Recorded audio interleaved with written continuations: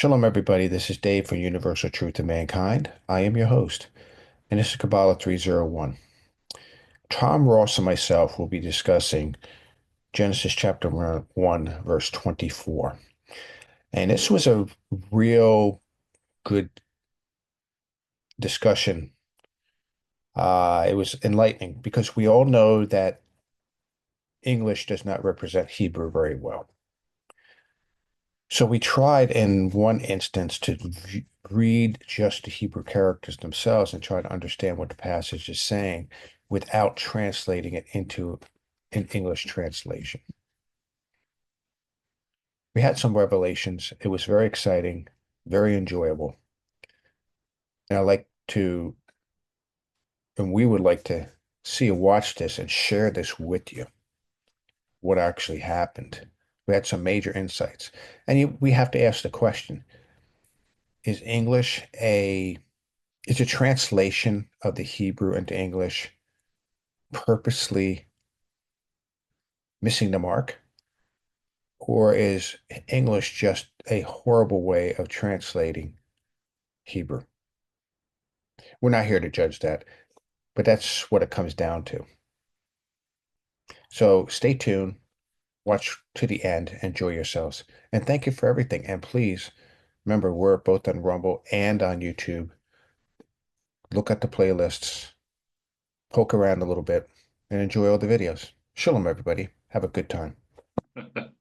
So it says here, B24 of Genesis says, hence a man, which is Ish. Hence Ish leaves his father and mother and clings to his wife, so that they become one flesh. Now the word flesh there is bashar. That's And it's interesting, but let me just triple click on that word bashar. I was noticing this before I go on. A little bit of a discussion of this. Anyway, I don't know what's going on. I looked at that word, bashar, and I look at all the words that translated into, and I tried to see if there was a sense I can make out of it, because sometimes you get a bunch of words, you can kind of find a common thread of understanding. I wasn't able to do it with this word. So I'm not convinced of the translations of this word. My understanding, it really means that it's a smoothing over. That's all it means. Um, a um, Smoothing over, so it becomes one type of a thing. It doesn't necessarily mean flesh, because there's actual Hebrew words for flesh. I don't know what they are offhand. I would have to double check that. I don't use Hebrew enough to memorize Basar. everything. No, bashar is the word that's used, Oh, but that's not the Hebrew word for flesh. There's other words for flesh. But that bashar is the word that I'm saying doesn't seem to make it means like a smoothing over. hmm. But I just wanted to mention that. So that would explain a smoothing over to create one. And we had to ask ourselves, what is it, what does it mean to create a oneness? Well, we think of physical. You come together in the same room, you get married, you're now one. But I don't think that's what's being spoken of here. I think the one they're talking about is in purpose, unity in purpose, unity in their mission in creation. And this is appropriate because it's right before chapter 3 where we start seeing about the serpent. But it also says in the beginning that Ish should leave his father and mother. And we know Ish is a soul. It's Adam was put to sleep, and a helpmeet was created, and they always focus on the woman as the helpmeet. But when I read it, I see that two helpmeets were created. I see an Ish and Isha being created. Um, so so Adam was put to sleep, meaning that he was kept at a higher conscious level. And when we sleep, we always go to a higher conscious level. So I'm seeing that Adam went to a higher conscious level, and then Isha was created, and his lower self was divided into two. Ish and Isha. So I see them working, that their purpose is to have a common role and mission to transform the world. Now, we know that Adam named all the creatures. What I mean is he also named the serpent, and he saw that the serpent wasn't the one to actually, even though he was the most cunning, the most sly, I guess you could say, of all the creatures, he still was not the one to bring a reformation, a order to the chaos. No, I have to ask who's the father and the mother, and I would have to say that's probably uh Hakma and Binah, which would be Yud Hey Vav Hey and Elohim. We're probably the mother and the father. Elohim being the mother, and Yud Hey Vav Hey being the father. So he separates himself with that, and then joins up with the wife. And the wife is the one that eventually gives life, birth, prosperity, transformation through the birthing process to the world we're in. That's my take on it. You guys go ahead and you put your spin on it. Right. Well, I defer to you because my approach is going to be really radical. So, I thought mine was. We're all radical. We're just trying to Okay. You're gonna see smooth if each you can other out over. radical me today, huh? We're Okay. trying to be Bashar, smoothing everything over, bringing everything together, synergizing. yeah, Yeah. well, it'll certainly be focused in another realm. Okay. Um, I don't know. There's so much in this that is always ready to throw you for some kind of a loop. The previous verse, he goes, "At last, this is bone of my bone and flesh of my flesh." He's saying like, "At last, like, look, how many other tribes have you got? You finally got it. At last, you got it right." Oh, yeah. That's one of the things that always gets me when I see that. And then for this reason, yada yada, and you come down to verse 25, where and the man and his wife were both naked, Rome. But if you're jumping to the next chapter and you're looking at this the serpent, it was more cunning, Rum. If it weren't for a vowel mark, that's exactly the same letters. And I wrestled with that for quite a while. It wouldn't sound right. Well, he was more naked than any other animal. What do you call naked? Feathers and fur, and the snake's got neither, right? But then again, if you're going back to Adam, and again, just except for the vowel mark, they were both cunning, right? And they were not, I don't know how else that you can interpret ashamed, but I don't know. It's just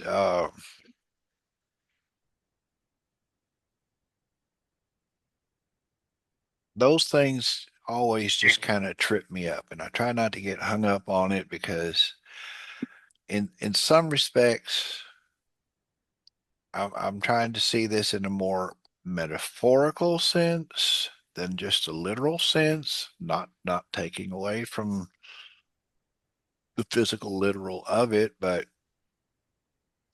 I have to think that there's more of a metaphorical lesson that we're being taught. You can go any number of ways with it, In But go ahead. in some commentaries, Hmm. they view shame. I mean, they were naked, but not ashamed. In other words, they were out of their original environment. Like I said, Adam was put to sleep, and now they are an extension of Adam. It's sort of like another generation of Adam, like we see in Genesis chapter of the verse 1, chapter 1, where it uses Bereshit, which means create six. Six what? Well, that's considered Adam Kadmon. And then Adam that's being spoken of a few verses above is considered Adam Rishon. So it's another Adam. And so now we're creating yet another Adam. So it's like a third tier of Adam. It's like Adam Kadmon is the grandfather of Adam, the third generation. It's the father of Adam, the second generation. So Adam Rishon is the son of Adam Kadmon, and Ish and Isha are the children of Adam Rishon. That's the way I'm viewing this, but what they're saying is like a child. He veers off away from his his his protection, so he is naked, not shielded, and not ashamed, which means he's still with he didn't veer too far away to lose the sight of the Father. Now, when there's shame introduced in chapter 3, when was that there? Adam, Eve, or Ish and Isha, where are you? I don't see you here. Where you are? They were out of sight of, and therefore they were ashamed. That's the way I've had it explained to me. I don't know if that helps. It kind of does on one level, but if you're looking at it just in a linear sense, okay, he was put to sleep, a rib was taken, he got smoothed over, he wakes up and sees Eve. It says, this one will be called woman, but as far as now he'd already been in a flesh form. Otherwise, he couldn't have been put to sleep and had her rib taken and that. I mean, we're already talking physical sense here. So being naked was nothing new for Adam. Okay. Eve coming into consciousness for the first time, and I would have to assume completely, fully cognitive of everything. She's not going to find it strange that she's naked because she's never found it known any other way.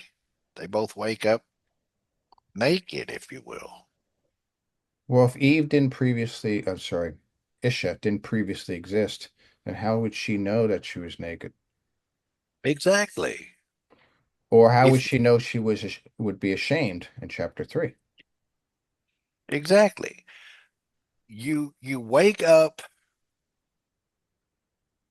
for the first time ever and you're fully conscious and you're looking at yourself and you've never seen anything at all ever before.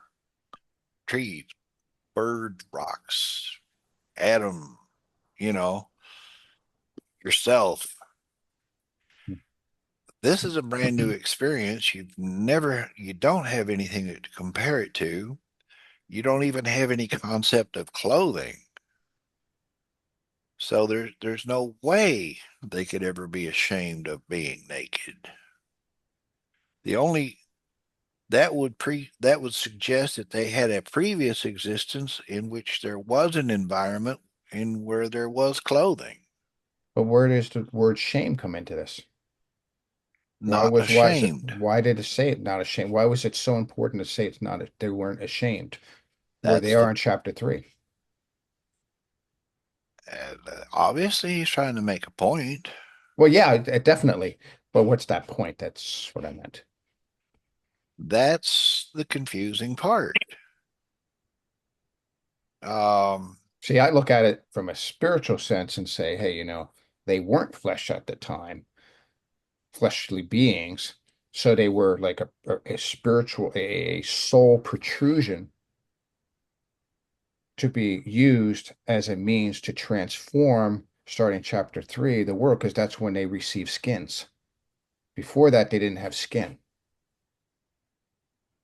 that's what was discussed earlier. We clothed them with skins of animals. Right, Doesn't mean that he went out and slaughtered sheep or rhinoceros or right. anything. He just gave mankind a covering similar to the animals. Because because they were ashamed at that point. So they didn't have a covering because they weren't ashamed at this point in chapter 2. I know there's a lot of weaving going in here, and I'm just trying to make sense of it from various perspectives myself. So Yeah. and it's not a disagreement. It's just like, okay, well, if we have it look at it this way, then how do we answer that question? If we look at it that way, how do we answer th this question? It's, Oh, but we haven't heard what is Tom yet. Occam's razor? The simplest answer is Yes, usually the best. yes.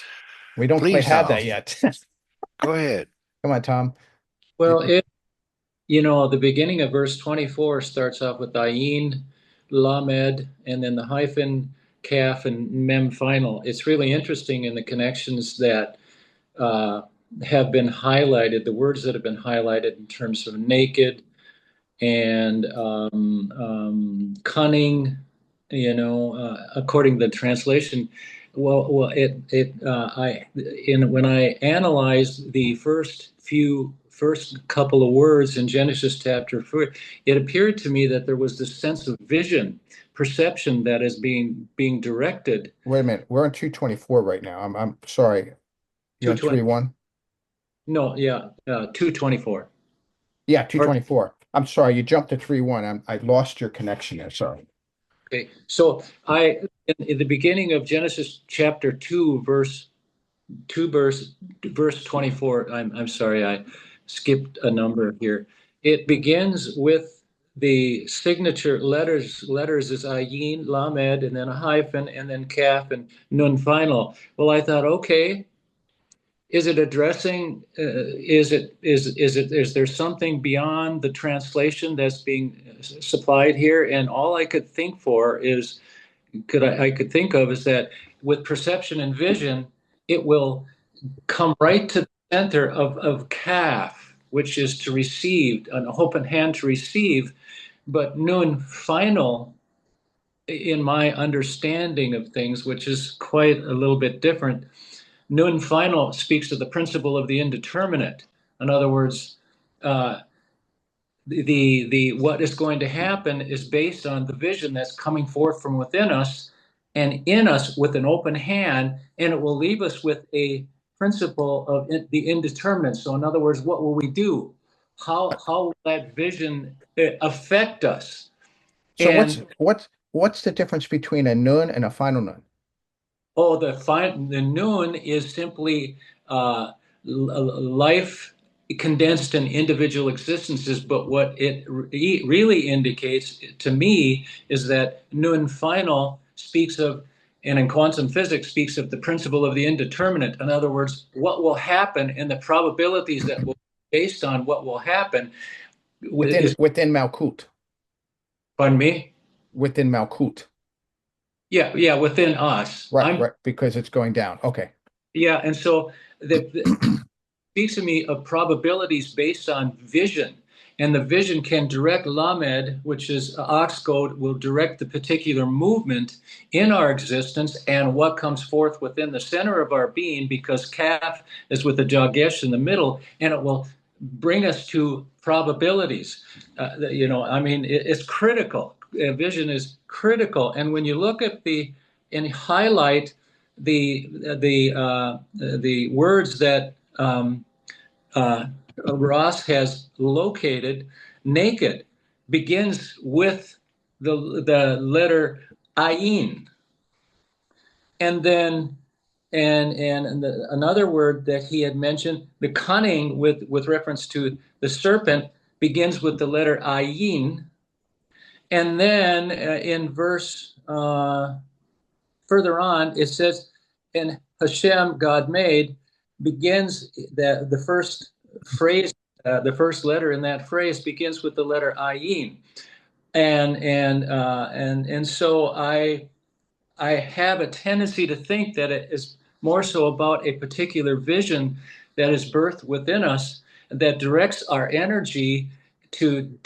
and the possibilities that can be derived with that, So, with the results. so what you're saying is, I'm summarizing, correct me if I'm wrong. Sounds like what you're saying is Ish and Isha were created as a means to bring down and transform this world that we live in. They had a mission. They're going to bring it down to our level. Well, I see They have the a hand in it.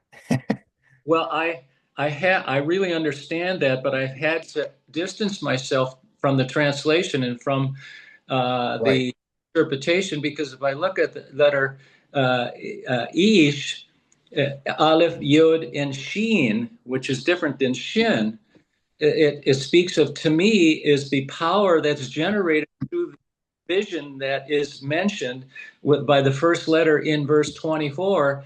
It comes forth in our existence and creates a universal movement. It complements a universal movement, Sheen, which in you in gematria So, you total the other letters okay. that Sheen, it comes to 360 degrees. So it sounds like, again, going back to Kaf Nun. Now we know Nun is like a fish through the water. It could represent a seed.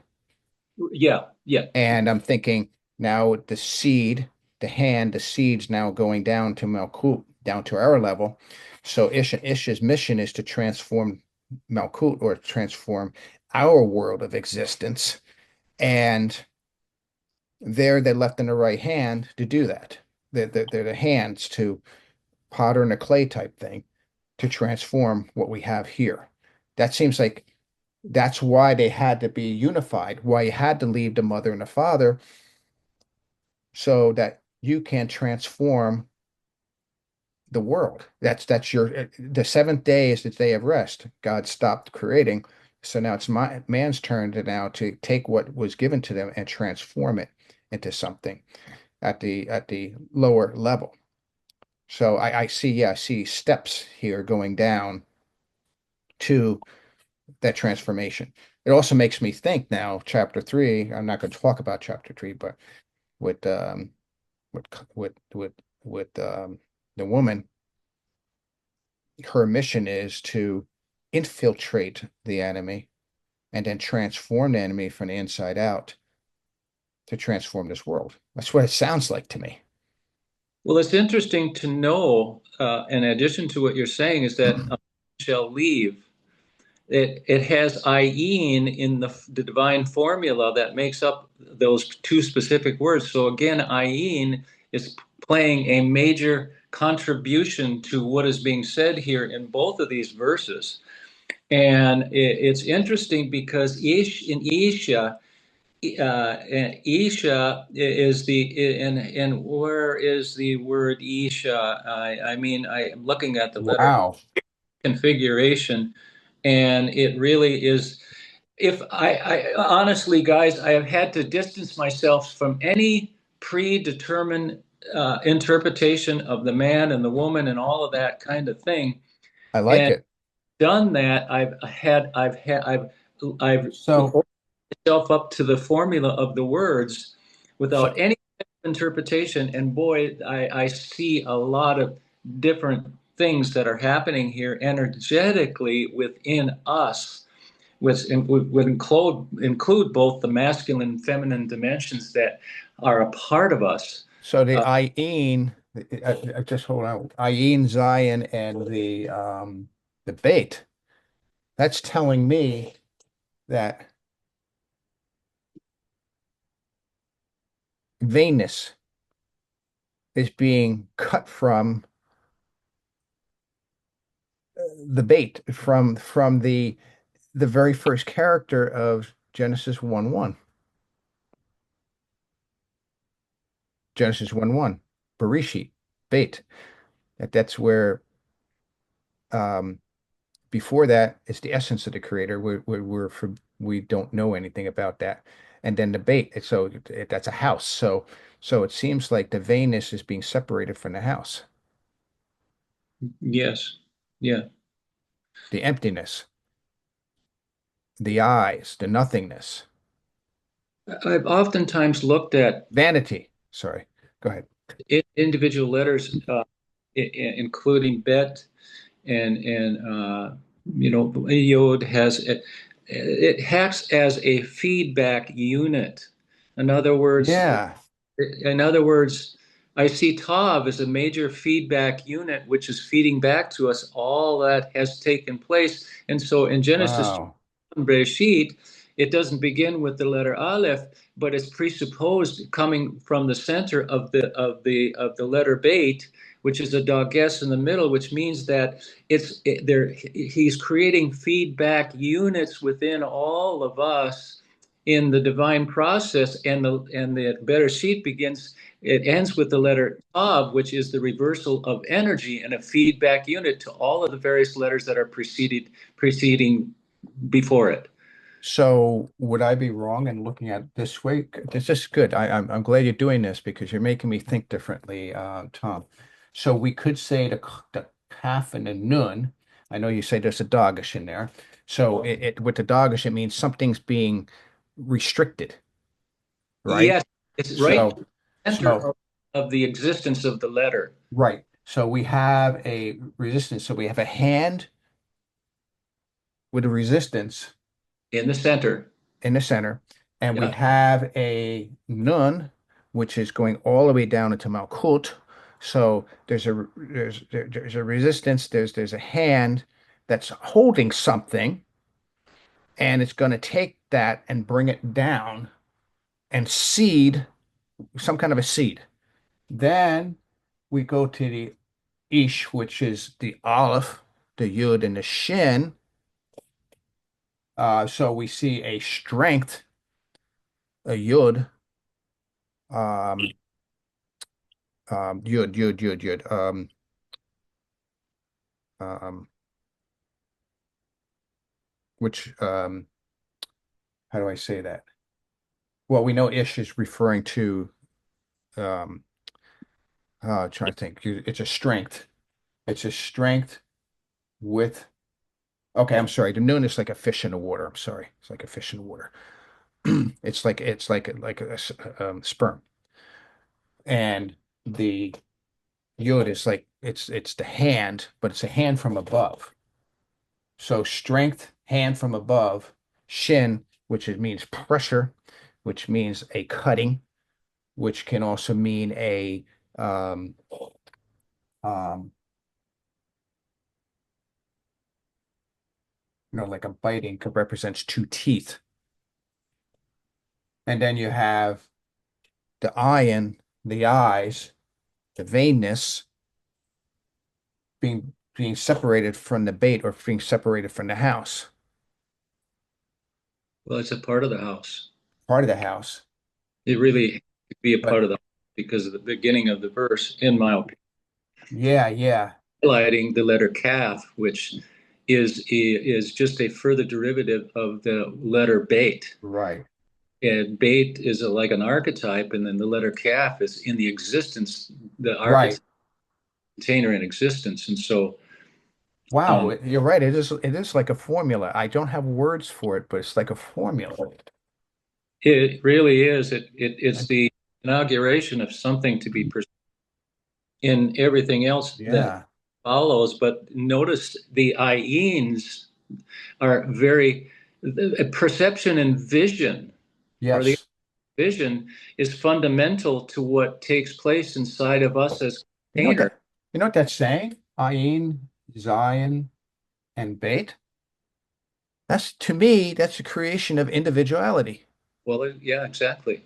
It's the creation of individuality, and that's why the strength of Beit, strength of the house, has this, and the strength of the water, Im. The Well, and yes.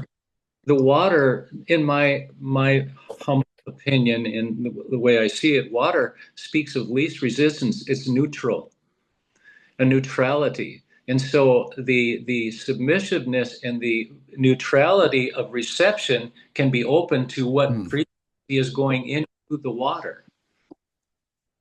Just a thought. No, I appreciate. Thank you. I'm sorry, Ross. I didn't mean to. Oh, I'm He got my brain going in a certain direction. No, I had to, and I didn't even do the rest of the verse yet. And I'm like, yeah, well, you're right, Tom. There's like the heck with the translation. Just read the characters themselves. exactly, exactly. And Wow. shall leave is it has the letter ayin, so yod ayin speaks of a sense of in our existence yod. There's a vision which is zayin, is the achievement of an impregnation that's flowing through us to render the next word, which is Aish, Aleph, Yod, and Sheen, which brings us to a 360-degree circular awareness of the vision and the extents of the vision, which is being communicated in that particular verse. I thought Zion meant to cut, Well, to separate. Zayin follows Vav. And Vav is the seed, and then Zayin is the achievement of the seed and the impregnation, which the next letter, Het, speaks of the formation of undeveloped energy of Hashem to create a cell, which is the letter Tet, number Wait, nine, will be. I don't see Tet or. Well, I'm just explaining Okay, okay, I okay. I think see. ahead of myself here, but No, that's okay. I'm trying to understand where so. you're going. This So is the really cool. vision and leaving something is a partial vision. And the fact of the matter is the letter sheen with the jog gestures to and to write is the difference between sheen and shin. Shin is later laser like. Sheen is all encompassing and spreading. So what has happened here is a communication is taking place within us, that in the power of Aleph is actually invading our existence to bring us into this universal full circle movement, uh, Ah, what a vision, and gets us right back to Ayin that begins that particular verse. okay. Ross, I'm sorry. You go. I think Tom and I monopolized this for long enough. Put no, your, no, no. I'm listening and trying to interpret some of what you're saying. Ayin, thought, vision, Yes. idea. yeah, eyes. This is Ayin. This is the It, way Right. But got I'm explained. pointing to the third eye. okay. Okay. Okay. You're envisioning idea, Yes. desire, and then the expression is how? Lamed. Yep. Yep. Okay. You mentioned water, Yep. neutral. Mm-hmm. That is the medium Yep. through which it passes. It whatever vibrations hit it Yep. or act upon it, it will shape, form. Exactly. Okay. And then the hand. I think you said the hand from above. Yeah. Yeah. It is how this comes through, right? Yep. Yep. That I'll have to work on that more, but it's like a hand coming through water with intention and a seed in order for it to be planted, if you will, so that it can form or take root. Again, these are just various vibrations. Yep. And then where did you say the individual existence was? Which letter? I interpret yod as existence. It's aleph in existence, and in our in particular existence as human beings and everything. So And yod. that technically is at the top of the letter nun.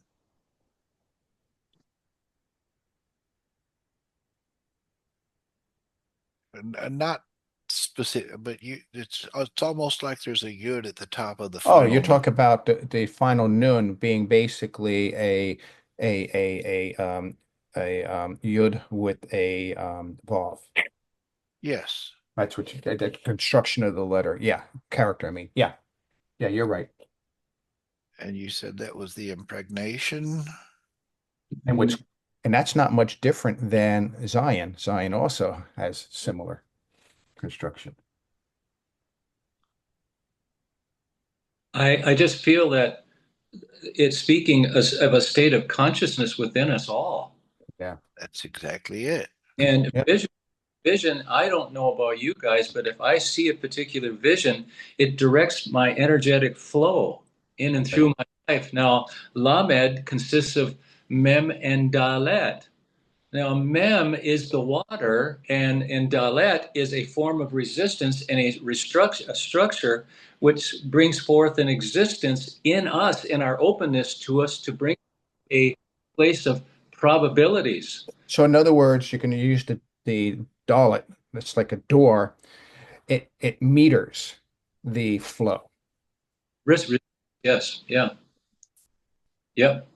Okay. And the Dalet has the letter Tav to complete it. And the letter Tav to me is part of a feedback unit, which is being Right. exercised in the structure and the resistance. Well, it can get to be pretty detailed, but um, Yeah, I can see that. So let's cut this off here because wow. One more second. Oh yeah, go ahead. You said it comes back full circle. Gene, I'm sorry. yes. Okay. Um, if you take a circle and you do this, you get the figure eight, the infinity loop. Oh, good, good, good. Yeah. You're still a full circle, but it's not like you're just running around in one circle. You get this infinity loop, which again goes to the double vortex. Oh, yeah, yeah. What happens in the middle? Hmm. That's the 0 point. That's the 0 point, which is what mem is, the 0 point energy, the reception of. Oh boy, yeah. We're dealing in quantum land now. All right. Well, Yes, at least we have the quantum vocabulary and concepts that true. we can attach this to because to show that it fits that way or that it connects not only helps to tie these two together, but it could broaden everybody's understanding if they learn how to do what we're discussing. I'm not saying I'm a professional at it, but if you start looking at it in these terms and you have both vocabularies and see where they correlate, things start to spark. And yet we can see there's even more information beyond even that understanding. It's like that's just one rung of the ladder, seems like. All right. I figure we go on to the next verse here because Wow. Yeah. I It, need to digest that verse for a little while.